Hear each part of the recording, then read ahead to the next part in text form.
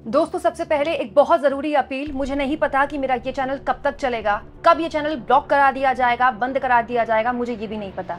इसीलिए आप लोगों से हाथ जोड़कर गुजारिश है, कृपया मेरा ये दूसरा चैनल जरूर सब्सक्राइब कर लें। इस चैनल का नाम है न्यूज एंड मोर विद कुमकुम बिनवाल। ये चैनल कुछ ऐसा दिखाई देता है। अगर इस चैनल को कुछ हो गया तो आप बेबाकी से मेरी खबरें, मेरी वीडियोज, मेरी पत्रकारिता मेरे इस दूसरे चैनल में लगातार जारी रखते हुए देखेंगे। प्लीज इस चैनल को जरूर सब्सक्राइब करें। दोस्तों 1971 के बाद पहली बार ऐसा हुआ कि भारत ने पाकिस्तान को मुंहतोड़ जवाब देने के लिए अपनी तीनों सेनाओं का इस्तेमाल किया है। जी हाँ दोस्तों, भारत की आर्मी ने बाकायदा ऑफिशियली अपने सोशल मीडिया हैंडल से ये तस्वीर शेयर करके बताया है कि पहलगाम आतंकी हमले का जवाब ले लिया गया है और उस ऑपरेशन का नाम दिया गया है ऑपरेशन सिंदूर।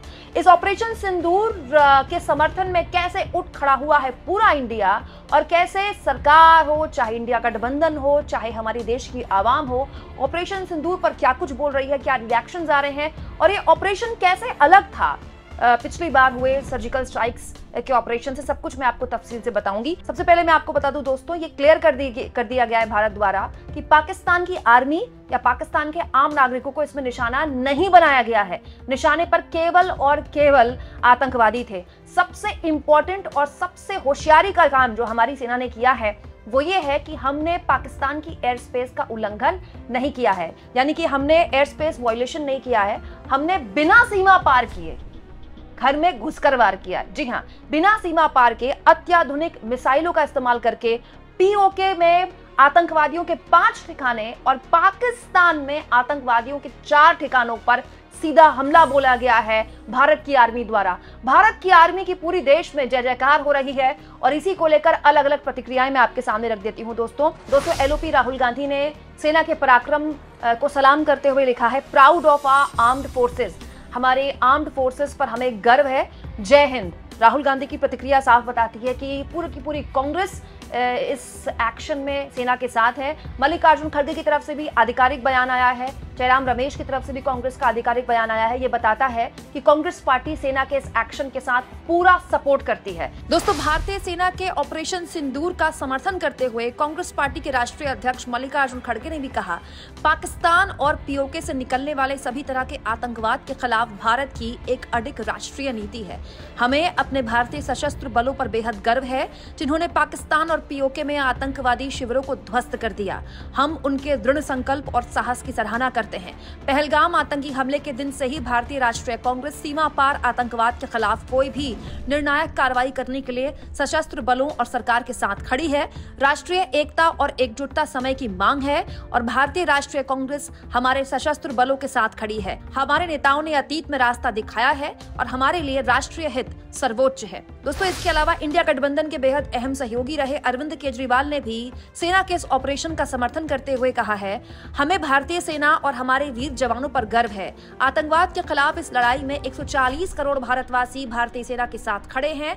भारतीय सेना का साहस हर देशवासी का विश्वास है। हम सब एक हैं, आतंकवाद के खिलाफ एकजुट हैं। जय हिंद, जय भारत। इसके अलावा दोस्तों इंडिया गठबंधन के तमाम दल मैं आपको दिखाती हूँ सिलसिलेवार तरीके से सेना के पराक्रम की वाहवाही कर रहे हैं। जैसे प्रियंका चतुर्वेदी जो कि शिवसेना की सांसद है, उन्होंने लिखा, धर्म पूछा था अब कर्म भुगतो भारतीय सेना।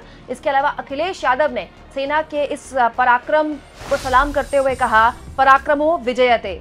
इसके अलावा दोस्तों लालू यादव ने भी इस सेना के एक्शन पर कहा, जय हिंद की सेना। सुप्रिया सुले शरद पवार की पार्टी की सांसद, उन्होंने कहा, जय हिंद, we stand united with our armed forces.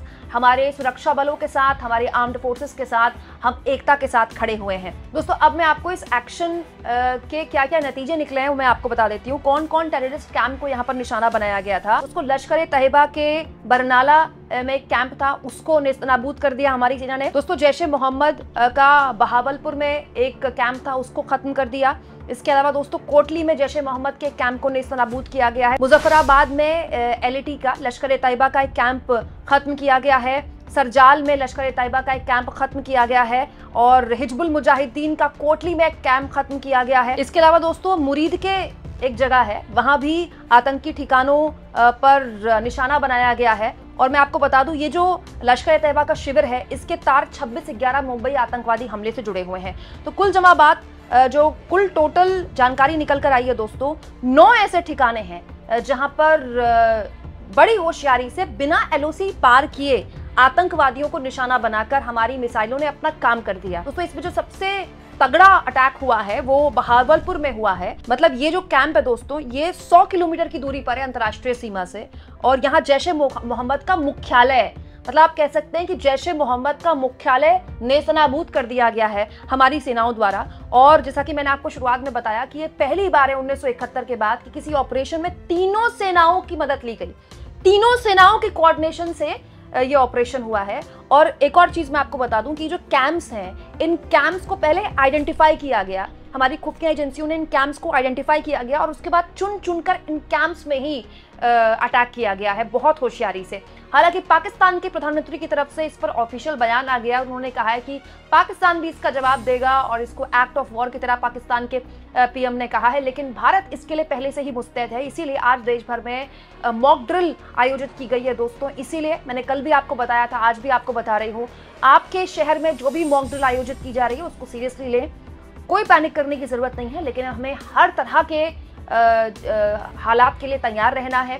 जो भी स्थानीय प्रशासन आपसे कहे उसमें सहयोग करें, क्योंकि दोस्तों ये मामला देश का है और दुश्मन बाहर बैठा हुआ है। हम सब एक होकर ही देश के दुश्मन को कुछ इस तरह से जवाब देंगे। दोस्तों इस पूरे एक्शन में जो सबसे ज्यादा तारीफ हो रही है वो भारत के जो एक्शन के देने का तरीका है उसकी तारीफ हो रही है कि इंटरनेशनल जो दबाव था भारत पर वो यही था कि किसी भी हाल में भारत जो है वो एलओसी पार न करे। और देखिए भारत ने कितनी होशियारी से एलओसी पार नहीं की, लेकिन दोस्तों अपनी मिसाइलों और राफेल के जरिए भारत ने बिना एलओसी पार किए सटीक हमला बोला है, सटीक हमला। दोस्तों जो जानकारी निकल कर आई है वो ये है कि स्कैल्प्स क्रूज मिसाइल्स, इसके अलावा हैमर और विशेष गोला बारूद जैसे ब्रह्मोस, स्पाइस 2000, पोपिए, सुदर्शन बमों ने 9 आतंकी ठिकानों को सटीकता से नष्ट किया है। मतलब बहुत ही अत्याधुनिक गोला बारूद यहाँ पर इस्तेमाल किया गया है भारतीय सेना द्वारा। दोस्तों रात के करीब 1:45 बजे के आसपास ये हमला किया गया, क्योंकि 1:45 बजे के आसपास ही